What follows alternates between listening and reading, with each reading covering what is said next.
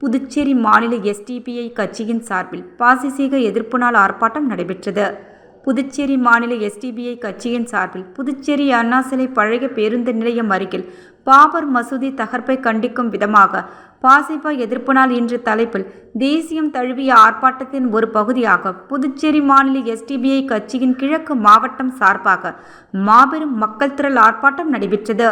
புதுச்சேரி மாநில கிழக்கு மாவட்டம் சார்பாக நடைபெற்ற ஆர்ப்பாட்டத்தில் கிழக்கு மாவட்ட தலைவர் ஷாஜகான் தலைமையில் நடைபெற்ற ஆர்ப்பாட்டத்தில் புதுச்சேரி மாநில அஇஅதிமுக சார்பாக தமிழ்நாடு மாநில எஸ்டிபிஐ கட்சியின் மாநில செயலாளர் ஷமீத் பஷோஜ் மற்றும் புதுச்சேரி மாநில கட்சியின் தலைவர் பரகத்துல்லா ஆகியோர் கண்டன உரை ஆற்றினர்.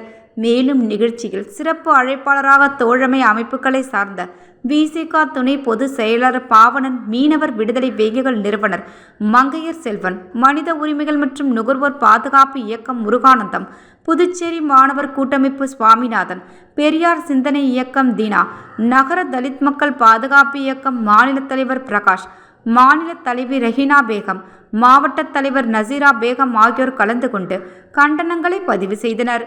முன்னதாக கிழக்கு மாவட்ட பொதுச் செயலாளர் சரத் பாஷா வரவேற்புரை ஆற்றினார். மேலும் புதுச்சேரி மாநில எஸ்டிபிஐ கட்சியின் மாநில துணைத் தலைவர் அனிபா, மாநில பொருளாளர் முகமது காசிம், மாநில செயலாளர் ரபிக் மன்சூர், புதுச்சேரி மாநில எஸ்டிபிஐ கட்சியின் தலைமை பேச்சாளர் புதுவை அப்துல்லா மற்றும் மேற்கு மாவட்ட தலைவர் பாருக், பொதுச் செயலாளர் முகமது இலியாஸ் ஆகியோர் முன்னிலை வகித்தனர்.